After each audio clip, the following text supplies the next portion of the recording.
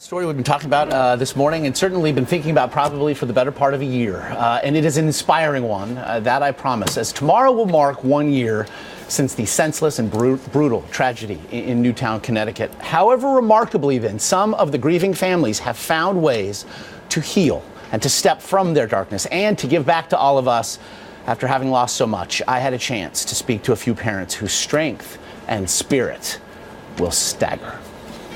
Keep coming! Chase Kowalski ran his first race at just 2.5 years old. Turn it on, pal! At age 6, he competed in and won his first triathlon. And they put the number on his arm. Yeah, they painted it on you? Oh, let me tell you, he had that on for 2 weeks. Loved it. Told his kindergarten teacher, I was in a triathlon. And she was like, really? Dylan Hockley was a schoolmate of Chase's. His family had moved from England to Newtown, Connecticut because they found it idyllic. He was just pure joy. And his favorite word was, again, whatever you were doing, again. Chase and Dylan were among the 26 lost in the senseless brutality at Sandy Hook Elementary 1 year ago.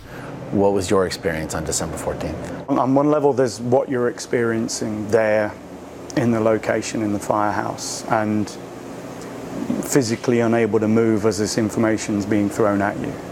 And it's almost like physical blows. That Friday, I don't think we thought we would ever be able to really deal and cope. But 2 days later, Rebecca says, her son Chase came to her in a vision. And that vision totally repaired my heart and just made it's so hard to describe and explain, but it keeps us just going. And let's do this for Chase.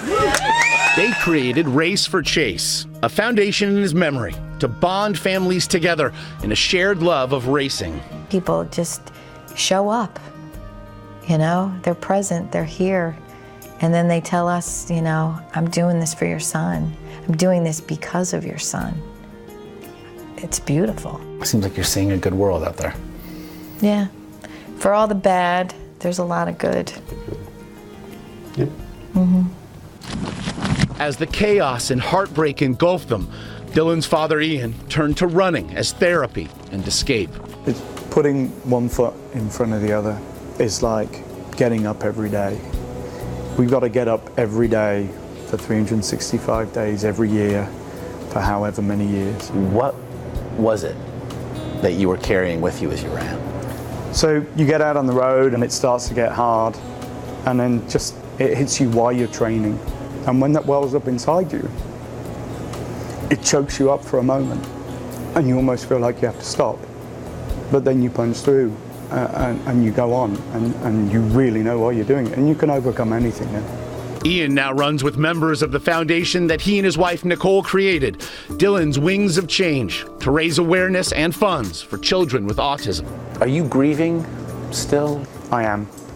And I hope I don't stop, really, because when I'm grieving, I'm remembering him, and I can turn it round and use it and take energy from that and go on. Rebecca and Steve have kept Chase's bedroom untouched. The calendar he updated every day without fail, now colorfully frozen on December 14th, 2012. Do you talk to Chase? I don't speak out loud to him. We have our in my head conversations, you know. How do those go? They're mostly in the shower, and it's just kind of how I'm doing, how I miss him. Sometimes he just gives me the words. Do you talk to him? Yeah. Mostly in the garage. Are you doing stuff? Are you explaining stuff? No. What are your... Just more I miss him.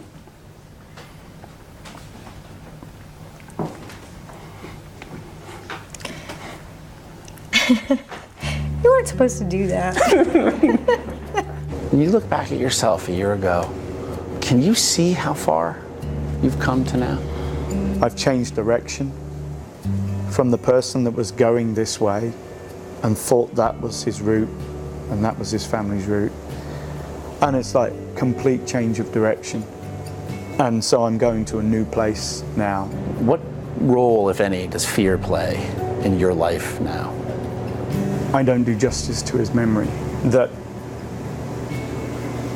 you just leave this as being a senseless act But that just gives energy. Fear is negative, but on the other side is inspiration and a desire to go on and build and change.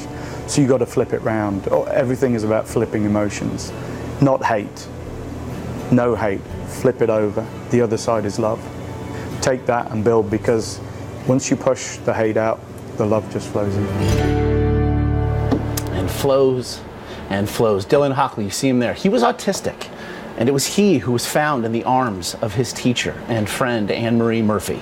Something that, just as Becky Kowalski's vision does for her and her family, Ian and Nicole say gives them a tremendous amount of peace. And it is certainly a peace that we all wish for all of them in the days and the months and the years to come. And we want to thank the Kowalskis and the Hockleys for letting us in and seeing the bad and the good that perhaps can come from it. It was very giving of them to do that. It's been a very difficult time, needless to say, and tomorrow is the anniversary, and Newtown has said, you know what, to the national media, let us just be by ourselves. Yeah. And the fact that everyone is listening to that, so it's so nice of them, so caring of them to Can't thank them to enough. let them in that your home wisdom's like that. so hard Means a won, lot. but it's nice of them to share it. Really Yes. something. Indeed, great job. We can learn. And we can find out more, can't we? We can. About Race for Chase and Dylan's Wings of Change. I'm actually wearing the button here. You log on to goodmorningamerica.com on Yahoo. So many ways to become a part of the healing.